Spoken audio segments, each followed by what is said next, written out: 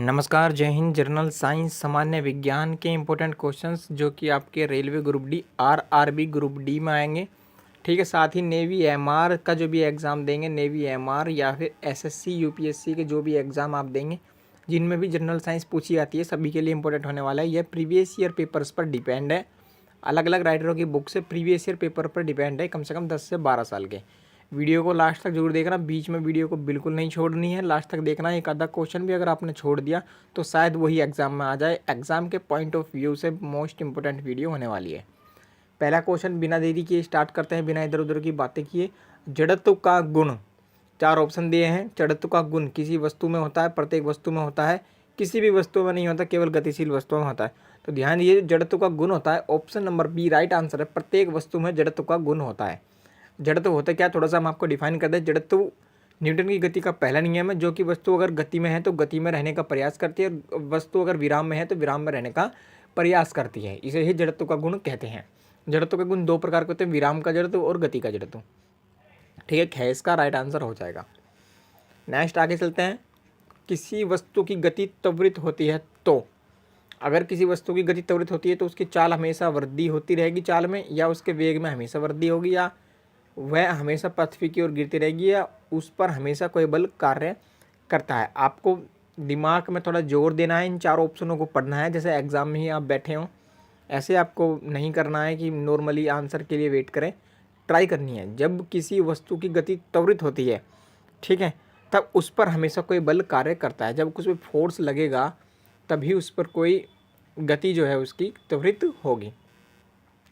गति करने के लिए स्वतंत्र किसी वस्तु पर कोई बल लगाया गया, गति करने के लिए कोई बल लगाया गया F, तो बल का परिमाण और बल का द्रव्यमान आपको ज्ञात हो तो न्यूटन के दूसरे नियम की सहायता से हम क्या ज्ञात कर सकते हैं, बताइए। न्यूटन के दूसरे नियम की सहायता से हम त्वरण ज्ञात कर सकते हैं, जैसे कि F बराबर ma, और त्वरण ज्ञात करना होता है तो क्या हो जाता है F/m।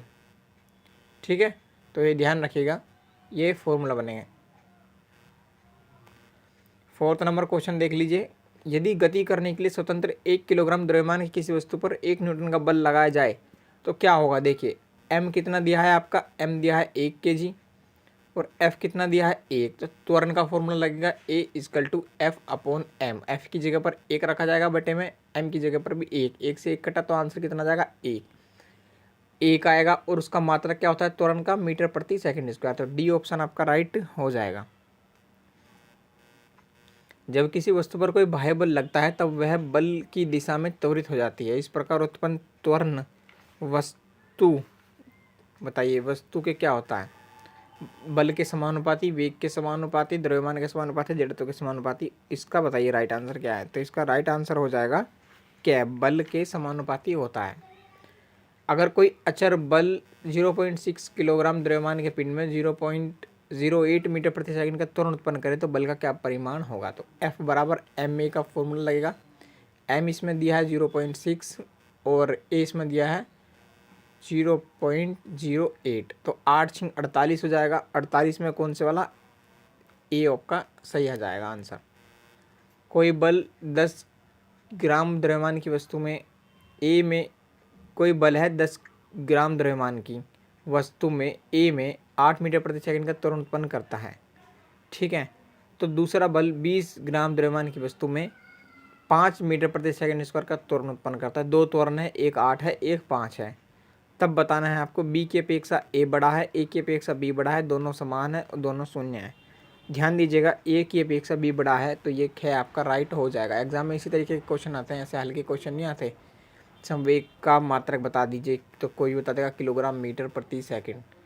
ठीक है, इस तरीके के नहीं आते हैं, इस तरीके के क्वेश्चन आते हैं। किसी m द्रव्यमान की वस्तु जिसका वेग v है तो उसका संवेग क्या होगा। m द्रव्यमान की वस्तु जिसका वेग v है तो उसका संवेग क्या होगा, mv हो जाएगा। p बराबर क्या होता है संवेग का सूत्र, mv। गतिशील पिंड का वेग अगर आधा कर दें, ये एग्जाम में आया हुआ क्वेश्चन है, गतिशील पिंड का वेग अगर आधा कर दें तो उसका संवेग कितना हो जाएगा। तो उसका संवेग अगर उसका आधा कर दें तो उसका संवेग कितना हो जाएगा, उसका संवेग भी आधा हो जाएगा। किसी गतिशील पिंड का वेग आधा करने पर उसका संवेग भी आधा हो जाता है, ध्यान रखिएगा इस बात का। नेक्स्ट क्वेश्चन है क्वेश्चन नंबर 10।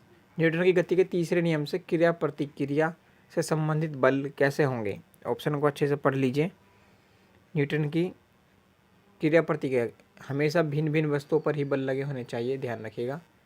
कल भी ये क्वेश्चन बताया था, किसी बल्लेबाज द्वारा क्रिकेट की गेंद को मारने पर गेंद जमीन पर लुढ़कती है, कुछ दूरी चलने के बाद गेंद रुक जाती है, गेंद की गति धीमी हो जाती है, किसके कारण? नॉर्मल सी बात है, गेंद पर भी एक विपरीत बल कार्य कर रहा है, जड़त्व के कारण। ठीक है, घर्षण बल कार्य कर रहा है। देखिए, घर्षण बल कार्य कर रहा है गेंद पर। तो ये कुछ इंपॉर्टेंट क्वेश्चंस थे आपके 11। इसी प्रकार के क्वेश्चन के लिए आप जुड़े रह सकते हैं चैनल से। इंस्टाग्राम का लिंक डिस्क्रिप्शन